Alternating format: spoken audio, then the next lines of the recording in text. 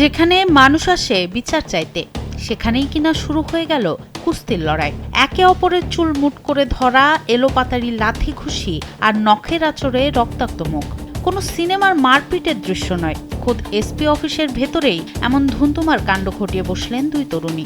মাটিতে গড়াগড়ি খেয়ে এমনভাবে তারা মারামারি করছিলেন যা দেখে স্বয়ং পুলিশ কর্মকর্তাদেরও চোখ চড়ক গাছ।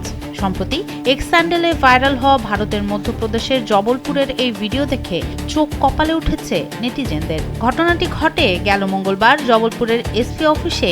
এটি গণ অভিযোগের শুনানি চলাকালীন উপস্থিত পুলিশ কর্মকর্তাদের সামনে হঠাৎ তীব্র বাকবিতণ্ডায় জড়িয়ে পড়েন ওই দুই তরুণী। জীবন অবাক না করলে কে করবে? 28% মিল্ক ফ্যাটের অবাক করার সাথে ফ্রেশ মিল্ক পাউডার। জীবন অবাক করুক প্রতিদিন। উপস্থিত লোকজন বিষয়টি গুরুত্ব দেওয়ার আগেই পরিস্থিতি নিয়ন্ত্রণের বাইরে চলে যায়। মুহূর্তের মধ্যেই উত্তপ্ত তর্ক রূপ নেয় হাতাহাতিতে। ভাইরাল ভিডিওতে দেখা যায় দুই তরুণী মাটিতে গড়াগড়ি খেতে খেতে একে অপরকে মারধর করছেন।